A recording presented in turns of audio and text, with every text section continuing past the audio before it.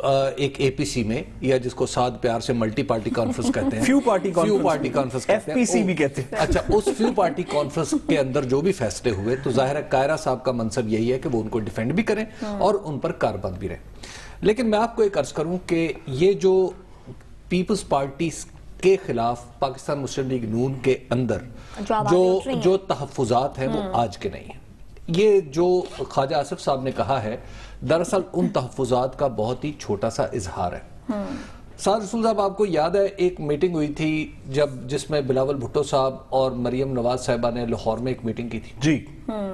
اس meeting میں میں اب آپ کو اس کا ایک واقعہ سنا دوں. کچھ اہم شخصیات موجود بھی نہیں. اس میٹنگ میں لوگ بیٹھے ہوئے تھے سارے. ہوا یہ کہ ایک رپورٹر نے, جو ظاہر ہے پیپلز پارٹی کور کرتے تھے اور بڑے ایفیکٹو رپورٹر ہیں, ان تک سب سے پہلے اندر کی خبریں آنا شروع ہو گئیں. وہ بذریعہ واٹس ایپ آئیں, وہ بذریعہ کسی بھی طریقے سے آئیں, تو وہ خبریں وہاں تک پہنچنا شروع ہو گئیں.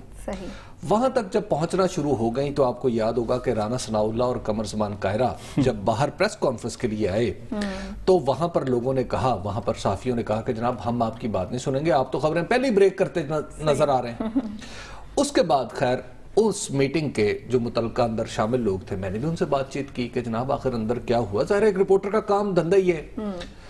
تو خیر جو کچھ ہوا پھر پروگرام میں نے عرض بھی کیا, تو مجھے پی ایم ایل این کے ایک بہت ہی سینئر رکن کا فون آیا, بلکہ میرا خیال ہے میں ان کا نام بھی لیتا ہوں, اب آج کل وہ جیل میں, رانا ثناء اللہ صاحب. رانا ثناء اللہ صاحب کا فون آیا. رانا ثناء اللہ صاحب نے مجھے کہا کہ حبیب صاحب یہ جو گفتگو آپ نے کی ہے یہ تو آپ کو یقیناً پیپلز پارٹی والوں نے بتائی ہوگی. میں نے کہا پیپلز پارٹی والوں نے نہیں, مجھے پی ایم ایل این والوں نے بھی بتائی ہے, میں تو ایک سورس سے خبر نہیں دوں گا. انہوں نے کہا لیکن اس میں جو یہ بات ہے یہ بہت بری بات ہے. میں نے کہا جی وہ کیوں؟ انہوں نے کہا جی کہ یہ ایسی نہیں تھی, اس کے اندر پیرا ہے. ایکچولی وہ میری خبر کی تصدیق ہی کر رہے تھے, لیکن اس تصدیق کرتے کرتے انہوں نے کہا کہ میں اپنی پارٹی میں ان لوگوں میں شامل تھا, پوری پارٹی ایک طرف تھی اور میں کہہ رہا تھا نہیں پیپلز پارٹی کے ساتھ مل کے چلتے ہیں. لیکن پیپلز پارٹی والوں نے آج جس طرح بیہیو کیا ہے اور ایک رپورٹر کو انہوں نے خبریں دی ہیں, اس کے نتیجے میں یہ سمجھتا ہوں کہ پیپلز پارٹی اب قابل اعتماد نہیں رہی, تو لہٰذا اب میں بھی ان کی مخالفت کروں. مجھے پھر ایک اور صاحب نے اسی وقت فون کیا, انہوں نے مجھے بتایا کہ جناب انہوں نے مجھے سارے نام بھی بتائے کہ کون کون پیپلز پارٹی کے خلاف تھا. اس میں خواجہ آصف بھی شامل تھے, اس میں خواجہ سعد رفیق بھی شامل تھے کہ وہ نہیں چاہتے تھے کہ پیپلز پارٹی کے ساتھ آپ ہاتھ جوڑیں, اور ایک موقع پہ ایاز صادق صاحب بھی پیپلز پارٹی سے گریزاں تھے. لیکن پھر ایاز صادق صاحب اور رانا ثناء اللہ صاحب نے کنونس ہوئے, انہوں نے ایک دوسرے کو کنونس کیا کہ ہم پیپلز پارٹی کے ساتھ چلتے ہیں. تو گویا اس دن جو ملاقاتیں اب تک پیپلز پارٹی کے ساتھ ہوتی رہی ہیں, ان کی ہدایات ایک جگہ سے آتی. وہ جگہ کون سی ہے؟ وہ جگہ ہے کوٹ لکھپت جیل. میں اس میں کوٹ لکھپت جیل سے ہدایات آتی رہی اور محترمہ مریم نواز ان کو ایگزیکیوٹ کرتی رہی.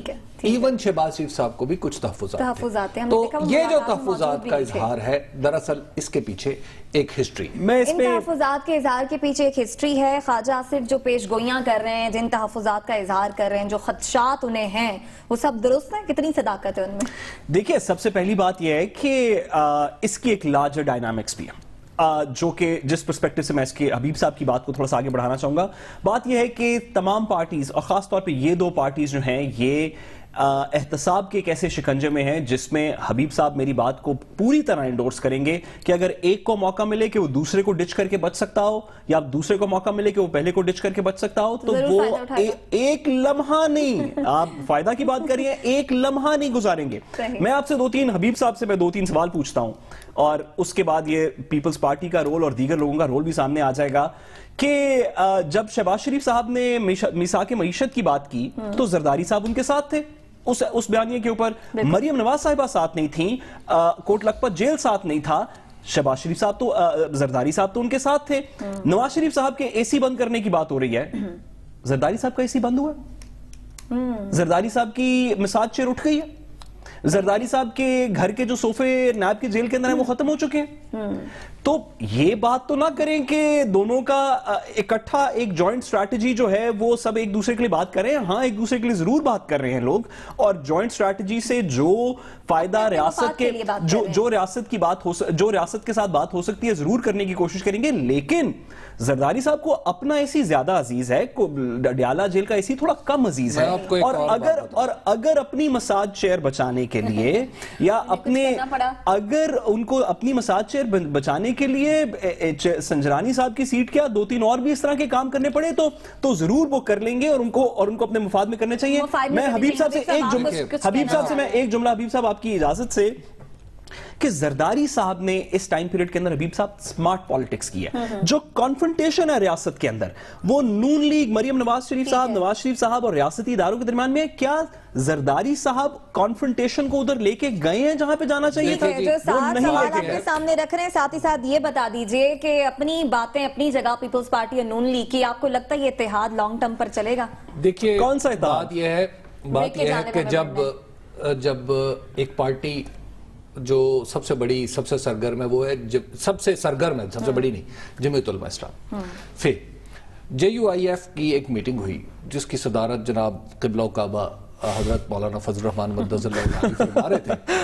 تو اس میں طنز بھی انہوں نے نہیں, اس میں بالکل طنز نہ سمجھے, میں علماء کا آپ کو پتا کہ ایک احترام کرنے والا آدمی. اچھا خیر, تو جب وہ میٹنگ فرما رہے تھے تو اس میٹنگ میں انہوں نے کہا کہ ہم ایسے کریں گے, ایسے کریں گے, ایسے کریں گے. ٹھیک ہے. اور انہوں نے اپنی پارٹی کو کنونس کرنے کے لیے کہ آپ میرے ساتھ چلیں, ظاہر پارٹی کو اعتماد میں لینا تھا, تو انہوں نے کئی ایسے حوالے دیے جو ظاہر میں یہاں نہیں بتا سکتا. اور بات کو بھی ذرا مختصر رکھیے, ہمیں بریک کی جانے پڑنا ہے. اچھا, تو اس میں ہوا یہ کہ اکرم خان درانی صاحب جی اکرم خان درانی صاحب نے کہا, مولانا ایک بات بتائیں کہ آپ کو پورا یقین ہے کہ پیپلز پارٹی اور PMLN آپ کی شکل دکھا کے کہیں ڈیل نہیں کر لیں گے؟ صحیح. اچھا, مولانا فضل الرحمان نے ایک لمحے کا توقف کیا, تھوڑی دیر رکے, انہوں نے کچھ غور فرمایا, تیزی سے ان کا دماغ کام کرتا ہے, تو انہوں نے کہا کہ نہیں, میں ان کی بات نہیں کر رہا چاہے میرے ساتھ کوئی بھی نہ ہو. گویا مولانا کو بھی یقین نہیں ہے کہ ان کے ساتھ چلے. خیر, تو چاہے کوئی بھی ہو, میرا معاملہ کچھ اور ہے, میں نے اپنی ارینجمنٹ کر لی ہے. اور میں آپ کو بتاؤں, مولانا کی پارٹی آج کل اپنی مختلف تحصیلوں میں 5-6 گاڑیاں فلاں لے کے آئے گا, 7 گاڑیاں فلاں لے کے آئے گا. یہ ذمہ داری ہے. ٹھیک ہے, پروگرام میں وقت ہے بریک کا, واپس آئیں گے. اس بریک کے بعد ہمارے ساتھ رہیے گا.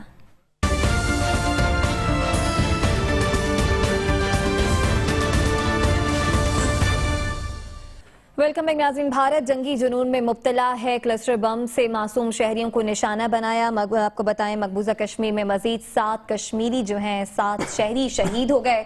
اس پر وزیر اعظم کی زیر صدارت قومی سلامتی کا اجلاس بھی ہوا. وزیر اعظم نے کہا کہ امن کا واحد راستہ جو ہے وہ مسئلہ کشمیر کا حل ہے. حبیب صاحب, اب عالمی دنیا اس پر خاموش ہے, لیکن ہم کتنا افیکٹولی مسئلہ کشمیر اب دنیا کے سامنے اجاگر کر سکتے ہیں؟ دیکھیں, اس کی طرف جانے سے پہلے میں ایک چھوٹی سی وضاحت کر دوں. ابھی مجھے بریک میں شامی صاحب کا ایک میسج موصول ہوا ہے. اچھا. انہوں نے 2 باتیں کی. انہوں نے کہا آصف علی زرداری اور نواز شریف کا کیس اس لیے جدا ہے کہ نواز شریف صاحب کنوکٹ ہیں, یعنی ان کے اوپر جرم ثابت ہو چکا ہے اگرچہ وہ اپیل میں ہے, اور آصف علی زرداری صاحب پر نہیں ہوا, تو لہٰذا وہ ایکیوزڈ ہے. تو اس اور ساتھ ایک اور بات بھی ہم وضاحت کر دوں کہ نواز شریف صاحب کا AC بند نہیں ہے. اچھا, بڑی مبارک. آگے بڑھیں. جو دیکھیے, جو کشمیر کا معاملہ ہے نا, کشمیر کے معاملے میں کل ہم نے کچھ اس پہ جزوی طور پہ بات کی تھی کہ کشمیر میں اس کی انٹرنل پالیٹکس, یعنی انڈیا کی جو انٹرنل پالیٹکس ہے اور ان کا جو مودی صاحب کا انٹرنل انتہا پسند ووٹ بینک ہے, دراصل اس کی بنیاد پر یہ ساری کاروائی ہو رہی ہے. اور اس کے ساتھ ان کا ایک آئیڈیا یہ ہے کہ میں کشمیر کو 3 حصوں میں تقسیم کر دوں, کشمیر کے اندر لوگوں کو پراپرٹی, عام انڈین کو پراپرٹی خریدنے کے لیے الاؤ کر دیا جائے, اور پھر الٹیمیٹلی وہ اسی مقصد کے لیے فوج کا بھی آپ وہاں پہ دیکھ رہے ہیں کہ اس میں بھی فوجی نفری میں بھی, ٹروپس میں بھی اضافہ کرتے چلے جا رہے ہیں. تو یہ جو سچویشن ہے انڈیا کے لیے ڈیٹریمنٹل تو ہے, لیکن اگر سفارتی سطح پر دیکھیں تو پاکستان کو پوری دنیا کو بتانا چاہیے کہ اس وقت کشمیر میں کیا صورتحال ہے. آج ہمارے وزیر خارجہ نے فون بھی کیا ہے OIC کے سیکرٹری جنرل کو, لیکن میرا خیال ہے کہ UN کے سیکرٹری جنرل کو بھی خط لکھا کافی نہیں. میرا اس میں سب سے ایفیکٹو کام جو تھا وہ ذوالفقار علی بھٹو کے دور میں ہوا تھا. اس دور میں ایک کشمیری رہنما ہوا کرتے تھے یوسف بٹ صاحب. یوسف بٹ صاحب نے نیو یارک میں بڑا کام کیا اور ورلڈ کمیونٹی کو انہوں نے کشمیر کے حوالے سے آگاہ کیا اور کشمیر کے حوالے سے ہمارا موقف بڑا مضبوط ہوا. میرا خیال ہے کہ ہمیں اس وقت کوئی اسپیشل انوائے بھیجنا چاہیے جو پوری دنیا میں جائے اور وہاں پر جا کے یوں کام کرے کہ جیسے بسوں میں پمفلٹ بانٹ رہا ہے. صحیح لوگوں کو بتائیں. ہمیں کچھ اسپیشل کرنا ہوگا تاکہ دنیا اس طرف متوجہ ہو. دیکھیں میرا تو اس کا انالیسس یہ ہے کہ دو فیکٹرز بہت زیادہ ضروری ہیں. ایک انڈیا کا ڈومیسٹک فیکٹر جس میں ابھی بات کروں گا. سب سے پہلے تو ہمیں پتا ہے کہ کشمیر کے اندر جاہریت اور انڈیا کی یہ جو ایک کھلبلی ہے اپنے اندر, ایک غصہ ہے اپنے اندر, اس کا بہت بڑا حصہ پاکستان کی جو افغان پالیسی ہے جس کے ساتھ اب امریکہ اور ویسٹرن ورلڈ الائن ہو رہی ہے, جہاں پہ انڈیا نے سپیس کم کر دی تھی پاکستان کے لیے پچھلے کچھ سالوں کے اندر, جب ہماری فورن پالیسی بھی اتنی ایکٹیو نہیں تھی, امریکہ کا ایگزٹ بھی نہیں ابھی کانٹمپلیٹڈ تھا. تو ایک تو وہ غصہ ہے جس کو کہ انڈیا پوری کوشش کرے گا پاکستان کے اندر بھی. ہم نے دیکھا شدت پسندی کے واقعات ہوئے, کچھ ٹیررسٹ ایکٹیویٹیز ہوئے, اور اب کشمیر کے اندر بھی. لیکن ساتھ ہی ساتھ ایک ان کا انٹرنل میکنزم بھی چل رہا ہے جس کی طرف حبیب صاحب نے اشارہ کیا. میں صرف اس کو تھوڑا سا ایکسپلین کرنا چاہتا ہوں. انڈیا کے کانسٹیٹیوشن کا آرٹیکل 370 یہ کہتا ہے کہ جتنے بھی لوگ 1910 کے قریب 1910 کے قریب ایک تاریخ ہے, 1911 میرا خیال تاریخ ہے, کہ جتنے بھی لوگ اس کے 20 سال کے گرد و نواح میں 10 سال اس سے پہلے 10 سال اس کے بعد کے اندر کشمیر کے اندر سیٹل ہوئے, وہ لوگ کشمیری کہلائیں گے.